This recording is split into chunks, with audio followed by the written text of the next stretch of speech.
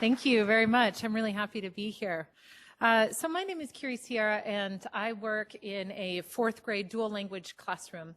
So what does that mean? It means that I teach half the day in Spanish, half the day in English.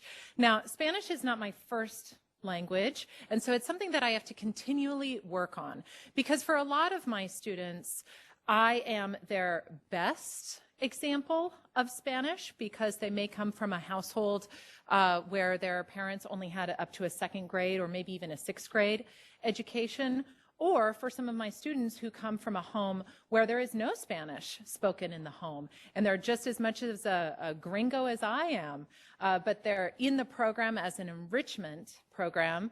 I am their best model for Spanish, as well as their peers around them. So from this environment of dual language where students are learning both Spanish and English, I got the inspiration for my project. My project had three goals. One was linguistic, another was pedagogical, and the third was a curricular goal. So I started out with wanting to be a better Spanish speaker, and more specifically, a better Spanish writer. When I'm doing a shared writing with the class, I, in English, don't pause with my writing. Everything flows really easily. But since Spanish is my second language, sometimes I'm a little bit choppier. And sometimes it's harder for me to get the ideas out, which is not an ideal model for my students. So I really wanted to go someplace where I could sit down one-on-one with a tutor who could really dig down deep into my writing to show me the errors that I was making that I didn't even recognize, the mistakes that I was making that I didn't even know I was making. So that was really my main goal, the thing that I really wanted to dig deep into. So then from there, I chose where I wanted to go and actually work with a tutor. It just so happens that last year, my principal had an exchange with a principal from a school in Buenos Aires, Argentina. So this principal came and was shadowing my principal. I developed a relationship with her, and I thought, how exciting would it be for me to actually sit in on literacy writing lessons in a classroom in Buenos Aires, where they are teaching as native Spanish speakers writing skills.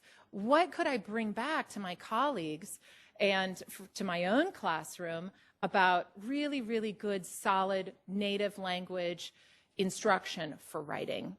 So I developed a partnership with that principal, and I was able to get a pen pal relationship started. So currently, my students and students grades 1st through 5th have had 2 exchanges. So they've received 2 letters from Buenos Aires, and they have sent 2 letters to Buenos Aires.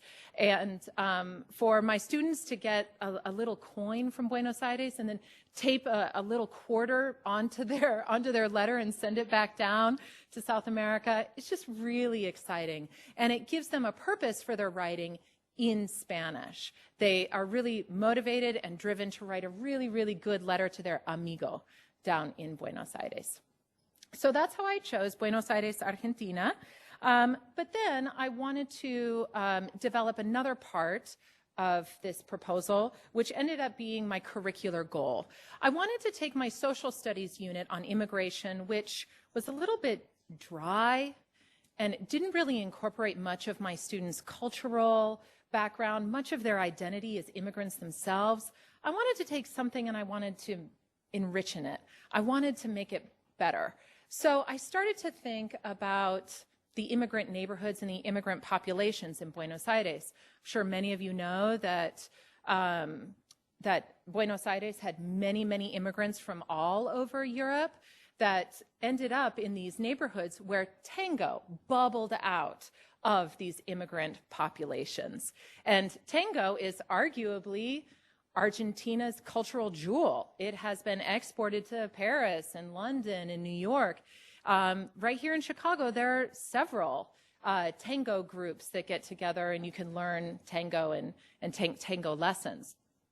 So I wanted to use that as a case study for my students so that they could see how immigrant populations can drastically influence their host culture, and then be able to turn it around to them to say, what about your families?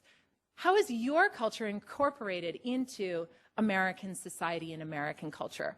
Isn't that rich? Isn't that awesome?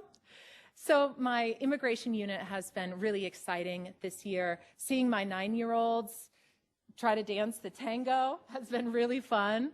And it's really made a difference in my teaching this year. I've been very blessed to have had this experience, and I thank you very much for this opportunity. Thank you.